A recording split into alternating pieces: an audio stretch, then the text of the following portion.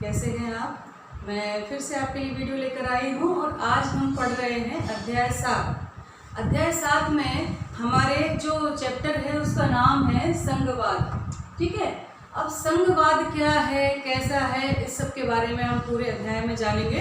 तो सबसे पहले आपको ले चलती हूँ मैं कि हम जो सोवियत संघ था वो एक संघ ही था, है ना। बहुत सारे गणराज्यों को मिलाकर एक संघ बनाया गया था, एक गणराज्य बनाया गया था। तो 1989 में इसका विघटन हो गया। ठीक है, 1989 में सोवियत संघ का विघटन हो गया, है ना। अब क्यों विघटन हो गया ये बताओ आप, क्या कारण रहा होगा कि इसका विघटन हो गया। तो इसके कुछ कारण थे, जैसे कि सबसे बड़ी बात थी, क्योंकि हम अगर संघवाद पढ़ रहे हैं तो हमें पीछे जाके देखना होगा कि कहाँ कहाँ संघीय व्यवस्था थी और कितनी चल रही है, क्यों खत्म हो गई, ये सारी चीज। तो जो ये सोवियत संघ का संघवाद था उसके विघटन के कारण क्या थे, क्योंकि यहाँ शक्तियों का जमाव हो गया था। एक ही जगह कम्युनिस्ट पार्टी थी, उसी का शासन था, दूसरी कोई पार्टी नहीं थी। लोगों को अपने विचारों की अभिव्यक्ति का मौका नहीं दिया जाता था, लोग बोल नहीं पाते थे सत्ता के विपक्ष में, है ना। कार्टून्स के माध्यम से अपनी अभिव्यक्ति देते थे अगर कुछ कहना हो तो शक्तियों का केंद्रीकरण और जमाव होने के कारण लोगों में छटपटाहट पैदा हो गई। दूसरा, उज्बेकिस्तान जैसा विभिन्न भाषा संस्कृति वाला देश भी रूस द्वारा, यानी ये सोवियत संघ का हिस्सा था, उसका शासन था, वो भी एक कारण रहा कि सोवियत संघ का विघटन हुआ, क्योंकि उसकी भाषा अलग थी, संस्कृति अलग थी, और उसको केंद्रीकरण में अगर बांध दिया जाएगा तो स्वाभाविक है उसका बिखरना, तो वो बिखरेगा तो बिखरेगा, साथ में और को भी बिखेर ले जाएगा। और सेम वही हुआ। इसी प्रकार अगर हम बात करें तो कनाडा में भी फ्रेंच भाषाभाषी अलग हो गए, है ना, और आपके अंग्रेजी भाषा बोलने वाले अलग हो गए। इसी प्रकार से हम देखें तो यूगोस्लाविया, बहुत सारे राष्ट्र ऐसे हैं जहाँ संघवाद था और वो अलग होगा। यूगोस्लाविया, है ना, यूगोस्लाविया में, और कहाँ, चेकोस्लोवाकिया में, चेकोस्लोवाकिया, और कहाँ था, और भी पाकिस्तान भी बिखर गया, है ना। तो ये सारे जो राष्ट्र थे जहाँ संघवाद था और संघवाद नहीं चला, बिखर गया। कारण क्या था? कारण वही था, कहीं ना कहीं या तो सरकारें कमजोर होती हैं या शक्तियों का जमावड़ा होने के कारण जो जुड़े होते हैं सारे लोग, उनके अंदर असंतोष होता है और असंतोष के कारण वो बिखर जाते हैं। तो क्या भारत जैसे देश के लिए जो 1947 में हमने अपने जन्म के साथ ही विभाजन झेला था, उसके बाद 60-70 दशक तक, आज हम 60-70 साल हो गए हमको, और इतने 6-7 दशक तक हम एक हैं, एक सूत्रता में बंधे हुए हैं, जबकि भारत में करीब 20 प्रमुख भाषाएं हैं, 20 प्रमुख, और अन्य छोटी छोटी भाषाएं बोलने वाले लोग हैं, है ना, अन्य छोटी भाषाएं एवं कई धर्म, कई संस्कृतियां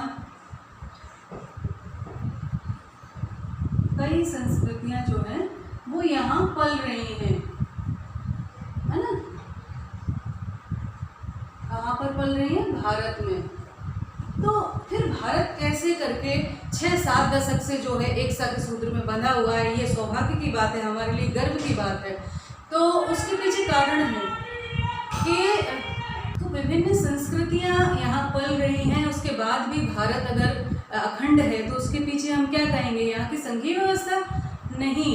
अगर संघीय व्यवस्था की बात करें तो ये सारे देश जिनके मैंने नाम लिए हैं, यूगोस्लाविया, चेकोस्लोवाकिया, पाकिस्तान या सोवियत संघ, ये सब भी संघीय व्यवस्था थी यहाँ पर। फिर क्या है, फिर क्या कारण है कि भारत में अभी तक एकता और अखंडता कायम है। हमारे भारत में जो राजनेता हैं वो इसको एकता में अखंडता का नाम देते हैं, विविधता में एकता का नाम देते हैं। तो उसके पीछे कारण है कि संघवाद का व्यवहार और प्रकृति, यानी हमारे भारतीय संविधान में इस प्रकार की व्यवस्थाएं की गई हैं, इस प्रकार का व्यवहार और प्रकृति दी गई है कि जिससे ये सारे टकराव जो होते हैं संघ को कमजोर करने के लिए, वो सारे टकराव की संभावना कम हो जाती है। और कहीं ना कहीं हमारी सरकारें, उनकी प्रत्यक्ष, उनकी दूरदर्शिता, ये सब भी कारक होते हैं कि ये संघवाद हमारे यहाँ इकट्ठा है। एक और उदाहरण मैं बताती हूँ आपको। इंडोनेशिया में 1950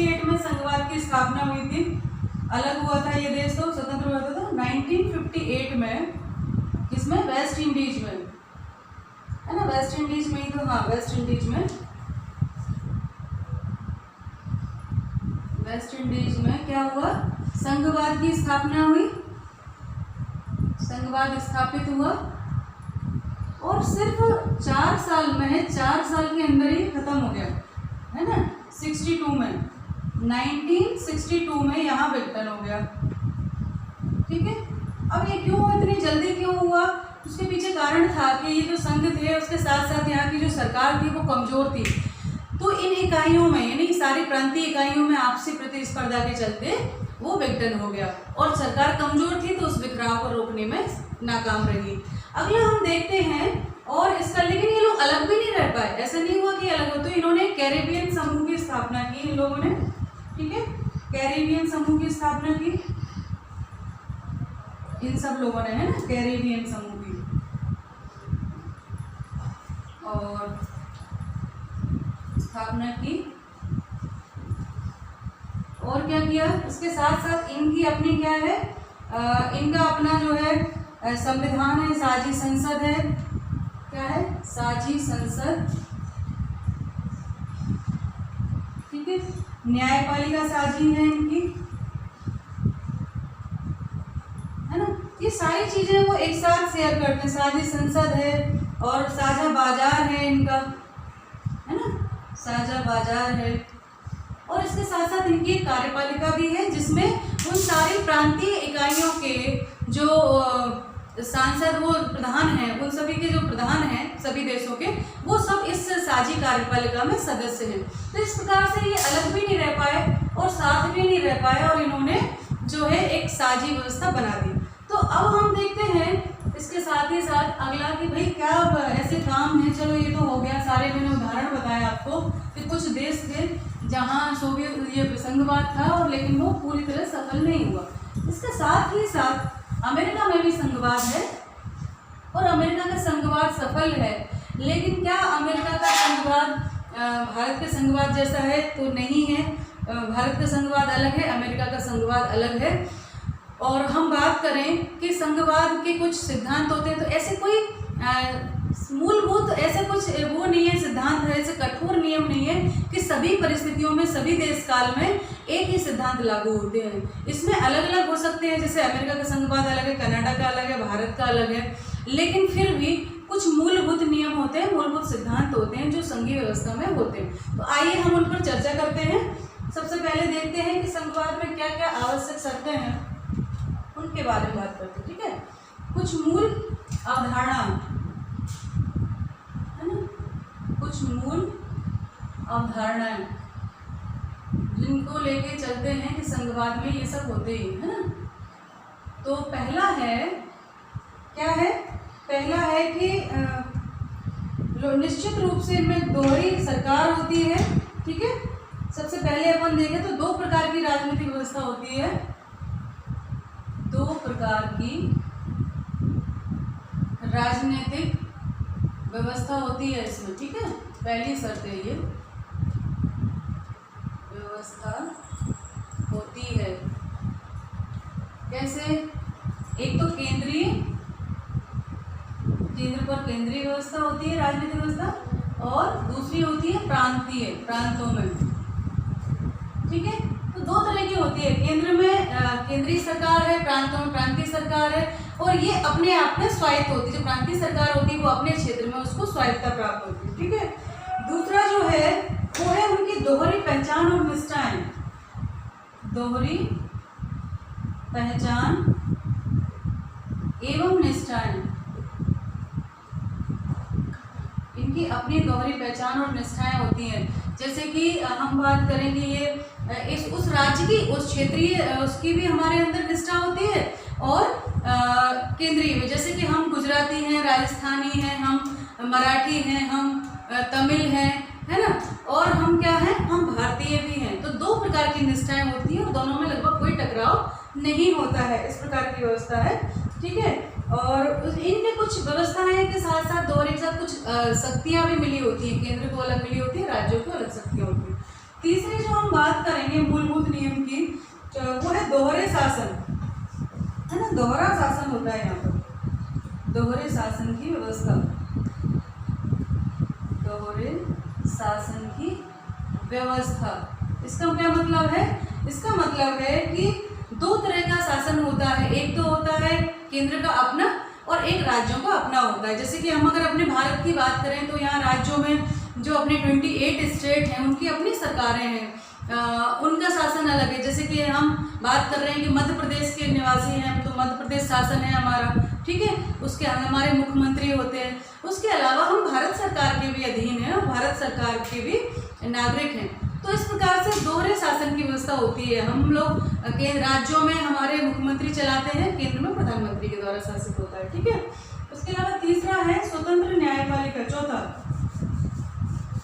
चौथा जो मूलभूत नियम है वो है स्वतंत्र न्यायपालिका। स्वतंत्र न्यायपालिका ये बहुत आवश्यक है क्योंकि ये शक्तियों के बंटवारे की व्याख्या करती है ना।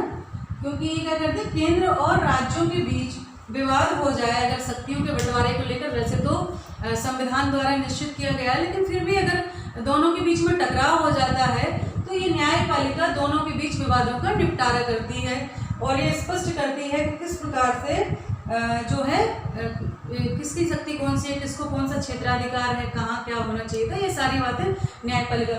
तो ये कुछ 4-5 बिंदु हैं जिनके आधार पर हम कह सकते हैं कि ये मूलभूत नियम है और ये सभी जगह सभी संघीय व्यवस्था में होना चाहिए। तो भारत की जो प्रकृति है वो थोड़ी अलग है, भारतीय संघवाद की प्रकृति बिल्कुल अलग है। और एक और होती है, कहीं कहीं पर यहाँ पर ना दोहरी नागरिकताएं भी होती हैं, ठीक है, दोहरी नागरिकताएं, लेकिन भारत में ये नहीं है, ठीक है। भारत में इकहरी नागरिकता है। वैसे क्या होता है कि हम उस स्टेट के भी नागरिक हैं और उस देश के भी नागरिक हैं। जैसे कि अमेरिका में है कि अमेरिका की नागरिकता है और उस प्रांत की भी नागरिकता होती है, लेकिन भारत में ऐसा नहीं है। भारत में इकहरी नागरिकता है, इकहरा संविधान है, ठीक है। तो ये वाली जो आखिरी वाली जो पॉइंट है ये अपने भारत में लागू नहीं होता, हमारे यहाँ इकहरी नागरिकता है, ठीक है। तो भारत का संघवाद थोड़ा अलग था। हमारे संविधान निर्माता जानते थे कि इतने विविध देश में इतनी विविध भाषा संस्कृति वाला ये राष्ट्र है, तो इसमें थोड़ी सी विविधता रखना आवश्यक है, थोड़ा सा ऐसी लचीलापन रखना आवश्यक है जिसके कारण कि ये टूटे ना, मतलब केंद्रीकरण हो जाता है तो बिखराव होता है। क्योंकि व्यक्ति में जब असंतोष होगा तो वो अपनी बात मुखर करेगा और ऐसे करके खुद तो टूटते ही हैं। अगर ऐसे ये गट्ठर है लकड़ी का, ठीक है, बहुत सारी लकड़ियां हैं, ये उंगलियां मैंने ऐसे 5-5, 10 ऐसे बांधी हैं और इनमें से अगर एक भी बिखरेगी तो एक नहीं जाएगी, वो पूरे मुट्ठी को लेगी, है ना, और जो शक्ति होती है मुट्ठी की वो खत्म हो जाएगी। तो इस प्रकार से संघवाद के लिए भी भारत में अगर हम संघवाद पढ़ रहे हैं तो क्यों अभी तक एकता अखंडता के साथ भारत मजबूत है, तो उसका यही सबसे बड़ा कारण है कि हमारे भारतीय संविधान में ऐसी व्यवस्थाएं की गई हैं, शक्तियों का ऐसा बंटवारा किया गया है कि जिसके चलते, जैसे कि बात करें निष्ठा की, तो हमारे यहाँ निष्ठा ठीक है अपने प्रदेश के प्रति है, लेकिन जब राष्ट्र की बात आती है तो सब एकजुट होकर भारतीय हो जाते हैं, चाहे वो किसी जाति का हो, वर्ग का हो, किसी प्रदेश का हो, पर हम सब उस समय भारतीय होते हैं। और उसका सबसे बड़ा कारण है हमारे यहाँ की इकहरी नागरिकता, है ना, हम अलग नागरिक नहीं है, हम क्या है, एक ही नागरिक है और वो है भारतीय।